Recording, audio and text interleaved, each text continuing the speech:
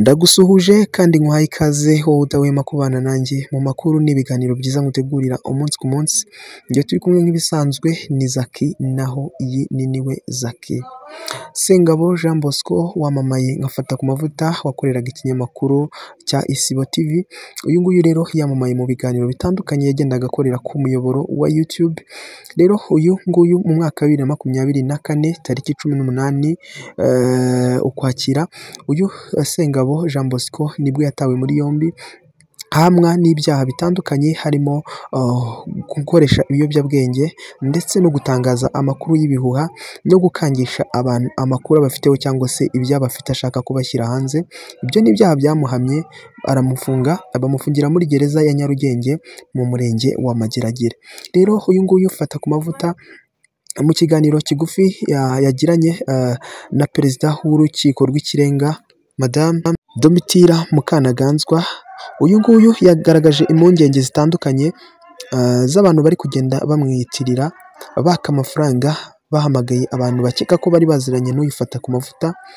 Rero bagasaba amafaranga abandi bantu, bityo abo bantu bakatanga amafaranga bazi ko arifata ku mavuta yahaye cyangwa se ari we yabasabye, ariko nyamara atari wabikoze ahubwo ari abandi bamwitiriye. Izo ni impungenge rero yagaragaje. Ni ikiganiro cy'ubuhuza cyatangijwe n'uyu mukuru w'urukiko rw'ikirenga Domitira Mukanaganzwa. Rero uyu nguyu ufata ku mavuta nibwo yaje kuvuga yuko hari abantu benshi bamwitirira, bityo bakaba bakaka amafaranga muri sosiyete bitewe n'abantu bari baziranye nawe. Abo bantu bakaza kugira ngo nifata ku mavuta uri kugenda waka amafaranga kuri abo bantu.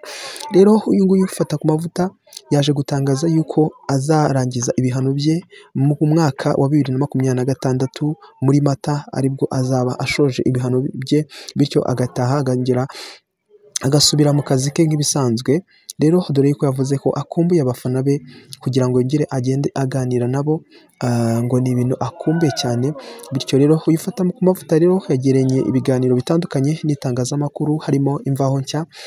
Rero uyu nguyu nibwo yaje kuvuga bimwe mu bintu afiteho ikibazo abona bibangamye nk'abo bantu bamwiyitirira bagenda baka amafaranga muri sosiyete bavuga yuko ari we. Rero uyu nguyu yasize atanze ubutumwa avuga yuko umuntu wese uzajya wakwa amafaranga ahamagawe bavuga yuko ari fata ku mavuta atazajya amuha amafaranga kuko atari ubikora, ngo kandi ahari barahazi cyangwa se murahazi ahari. Rero ntago ari ngombwa kumuha amafaranga kuko ntabwo ari we uri kugenda yabasaba. Rero ndagushimiye ubanye nanjye kugeza ino video irangiye. Niba ari ubwa mbere ugeze kuri channel, reba handitse ijambo subscribe ukandeho, kandi niba warayikanzeho uri umuntu w'agaciro. Njye twari kumwe ni Zaki, naho iyi ni niwe Zaki. Amakuru n'ibiganiro nakagaruka. Ciao ciao.